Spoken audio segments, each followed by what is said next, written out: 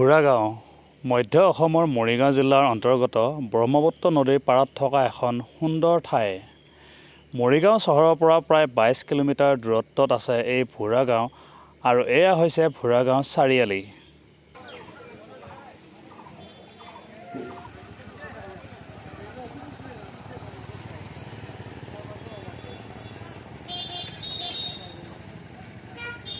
নমস্কাৰ দৰ্শকসকল, মই দীপাংকৰে মোৰ YouTube channel DK vlogs with দীপাংকৰলৈ আপোনালোক সকলোকে স্বাগতম জনাইছোঁ। ভুৰাগাঁও চাৰিআলিৰ পৰা নগাঁওলৈকে দুটি পথেৰে যাব পৰা যায়। এটা হৈছে মৰিগাঁও হৈ নগাঁও আৰু আনটো হৈছে লাহৰীঘাট মৈৰাবাৰী ধিং বৰদোৱা হৈ নগাঁও। আজিৰ এই ভিডিঅ'টোৰ যোগেদি মই আপোনালোকক ভুৰাগাঁও চাৰিআলিৰ পৰা লাহৰীঘাট মৈৰাবাৰী ধিং বৰদোৱা হৈ নগাঁওলৈকে যোৱা সমগ্ৰ যাত্ৰাপথৰ দৃশ্যসমূহ দেখুৱাব বিচাৰিছোঁ। আশা কৰোঁ আপোনালোকে ভিডিঅ'টো শেষলৈকে চাই থাকিব। ভুৰাগাঁও চাৰিআলিৰ পৰা মাত্ৰ 300 মিটাৰ পূব দিশলৈ গ'লেই প্ৰথমে পোৱা যায় ভুৰাগাঁও সাপ্তাহিক বজাৰ। এই ঠাইখিনিতেই সপ্তাহৰ দুটা দিন ক্ৰমে সোমবাৰ আৰু শুক্ৰবাৰে ভুৰাগাঁও সাপ্তাহিক বজাৰ অনুষ্ঠিত হয়। মই ইয়াৰ আগতে মৰিগাঁৱৰ পৰা ভুৰাগাঁওলৈকে যোৱা যাত্ৰাপথৰ এটি ভিডিঅ' বনাই আপোনালোকৰ মাজলৈ আগবঢ়াই দিছিলোঁ।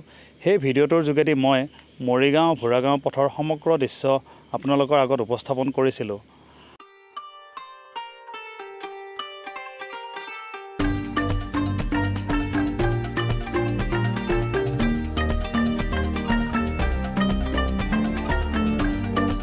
ভুৰাগাঁও চাৰিআলিৰ পৰা মাত্ৰ 3 কিলোমিটাৰ অহাৰ পাছতেই পালোহি বালিডুঙা। এই ঠাইখিনিৰ নাম হৈছে বালিডুঙা। এটা সময়ত যথেষ্ট সংখ্যক জনবসতিৰে ভৰি থকা এই অঞ্চলত আছিল এখন বৃহৎ হাইস্কুল। কিন্তু বানপানী আৰু গৰাখহনীয়ে সমগ্ৰ ঠাই বিধ্বস্ত কৰি থানবান কৰি পেলায়।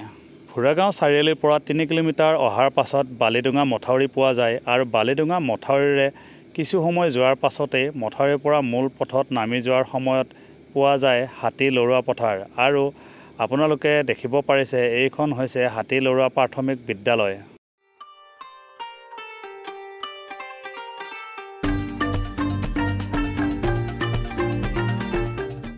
ভুৰাগাঁও চাৰিআলিৰ পৰা 6 কিলোমিটাৰ অহাৰ পাছতেই পালোহি টেঙাগুৰি আৰু এয়া হৈছে টেঙাগুৰি বজাৰ। আজি কেইদিনমান আগতে মই এই টেঙাগুৰিৰ এটি ভিডিঅ' বনাই আপোনালোকৰ মাজলৈ আগবঢ়াই দিছিলোঁ। আপোনালোকে নিশ্চয় সকলোৱে ভিডিঅ'টো চাইছে। মই এই টেঙাগুৰিত থকা এখন বিপদজনক দলং আপোনালোকৰ আগত উপস্থাপন কৰিছিলোঁ। আপোনালোকে পুনৰ এবাৰ এই দলংখন চাওকচোন, বৰ্তমান পৰ্যন্ত কিমান বিপদজনক হৈ আছে। আজিৰ পৰা প্ৰায় 7-8 বছৰ আগতেই ভয়ংকৰ বানপানীয়ে দলংখন এটা অংশ উটুৱাই লৈ গৈছিল আৰু সেই সময়ত উপযোগী হোৱাকৈ বনাই দিছিল আধা কাঠৰ দলং। আৰু আজি 7-8 বছৰে এই দলংখনৰ কাঠৰ অংশখিনিৰ কি অৱস্থা হৈ গৈছে আপোনালোকে লক্ষ্য কৰকচোন। আজিলৈকে দলংখনৰ সম্পূৰ্ণ মেৰামতি নহ'ল। বিপদজনকভাৱে থাকি গ'ল আধা পকী আৰু আধা কাঠৰ এই অদ্ভুত দলংখন। এটি মূল পথৰ ওপৰত এনে এখন দলং কিমান সুবিধাজনক আপোনালোকে এবাৰ ভাবি চাওকচোন আৰু আপোনালোকে আপোনালোকৰ মন্তব্যসমূহ আগবঢ়াই যাওক। টেঙাগুৰিৰ পৰা কিছু সময় অহাৰ পাছতে পালোহি তিনিচুকীয়া আৰু এয়া আপোনালোকে দেখিবলৈ পাৰিছে তিনিচুকীয়া উচ্চ মাধ্যমিক বিদ্যালয়।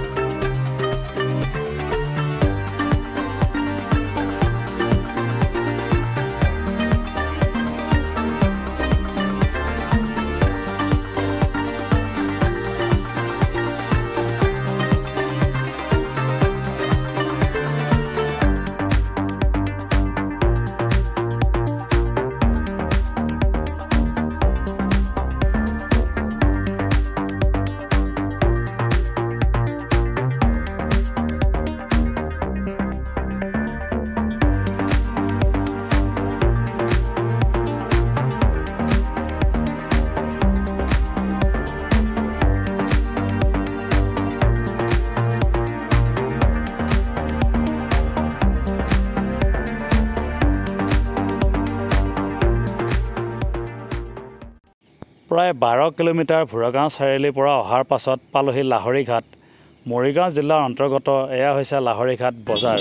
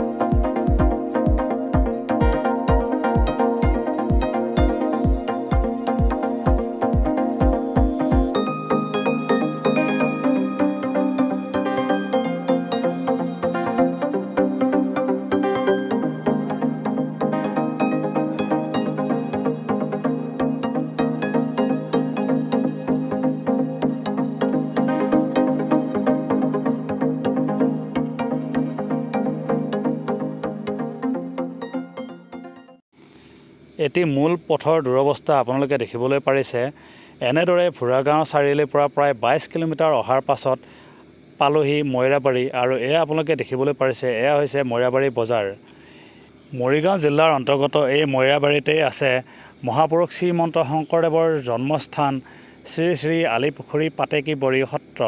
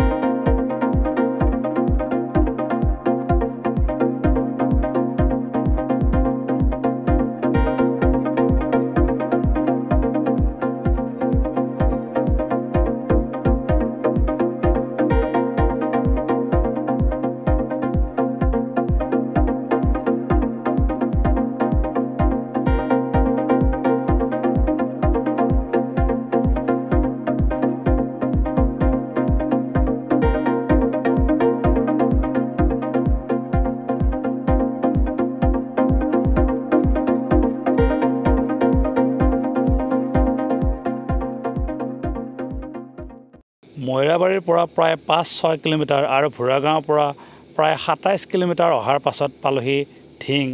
আৰু এয়া আপোনালোকে দেখিবলৈ পাৰিছে নগাঁও জিলাৰ অন্তৰ্গত ধিং।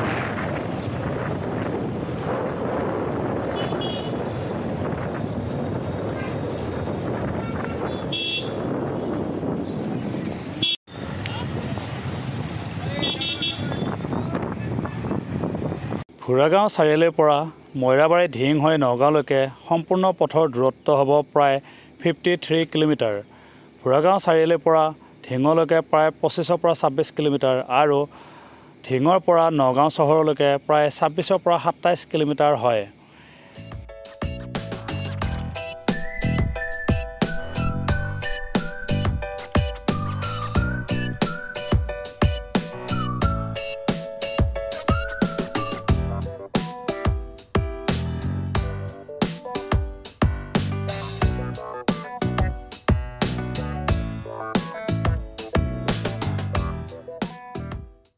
ভোৰাগাঁও চাৰিআলিৰ পৰা মৈৰাবাৰী ধিং হৈ নগাঁওলৈকে যোৱা পথৰ দুৰৱস্থা আপোনালোকে নিশ্চয় দেখিব পাৰিছে। কিন্তু ধিঙৰ পৰা নগাঁওলৈকে যোৱা সমগ্ৰ পথ চাওক কিমান সুন্দৰ আৰু ধুনীয়া।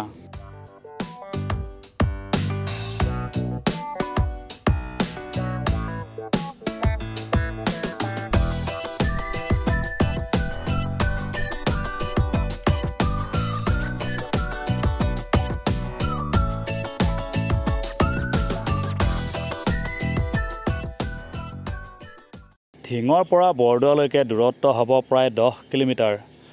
ধিঙৰ পৰা বৰদোৱালৈকে যোৱা অৰ্থাৎ নগাঁওলৈকে যোৱাৰ পথত ৰাস্তাৰ পৰাই বৰদোৱা নতুন প্ৰকল্পৰ কিছু দৃশ্য দেখিবলৈ পোৱা যায়। চাওক আপোনালোকে দূৰলৈকে গুৰু আসনৰ লগতে খোলৰ এটি সুন্দৰ দৃশ্য দূৰৰ পৰাই দেখিবলৈ পোৱা যায়।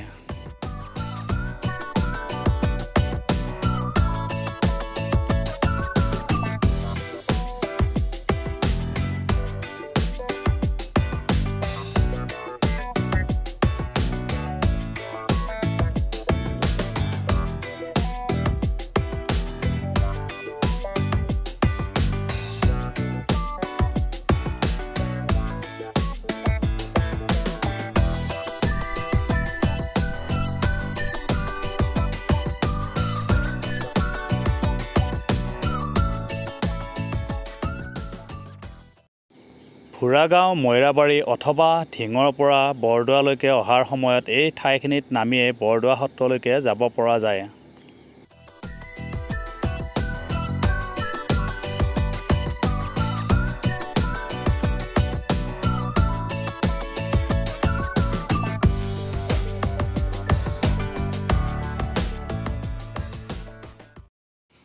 নগাঁও চহৰৰ পৰা বৰদোৱালৈকে দূৰত্ব হয় প্ৰায় 15 কিলোমিটাৰ। নগাঁও চহৰৰ ফালৰ পৰা বৰদোৱালৈ আহিলে এইখন গেটেৰেই বৰদোৱা সত্ৰলৈকে প্ৰৱেশ কৰিব লগা হয়।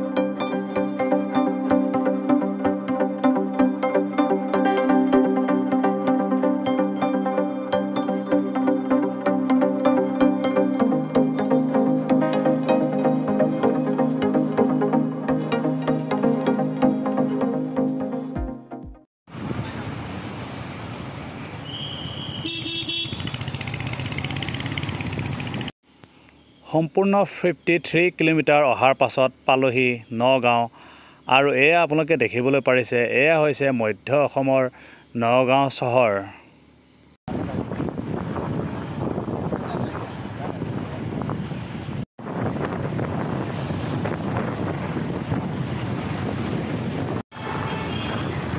আজিৰ এই ভিডিঅ'টোৰ যোগেদি মই আপোনালোকক ফুৰাগাঁও চাৰিআলিৰ পৰা টেঙাগুৰি, লাহৰীঘাট, মৈৰাবাৰী, ধিং, বৰদোৱা হৈ নগাঁওলৈকে অহা সমগ্ৰ পথটিৰ লগতে ঠাইসমূহৰ কিছু অংশ দেখুৱাবলৈ চেষ্টা কৰিলোঁ।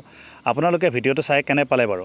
যদি ভিডিঅ'টো চাই ভাল পালে তেন্তে লাইক, কমেণ্ট আৰু শ্বেয়াৰ কৰি দিব। আৰু যিসকলে মোৰ এই চেনেলটো ছাবস্ক্ৰাইব কৰি লোৱা নাই, আশা কৰোঁ সকলোৱে যেন মোৰ এই চেনেলটো ছাবস্ক্ৰাইব কৰি লয়। এনেধৰণৰ ভিডিঅ' মই আপোনালোকক আগলৈকে দি যাবলৈ চেষ্টা কৰি যাম।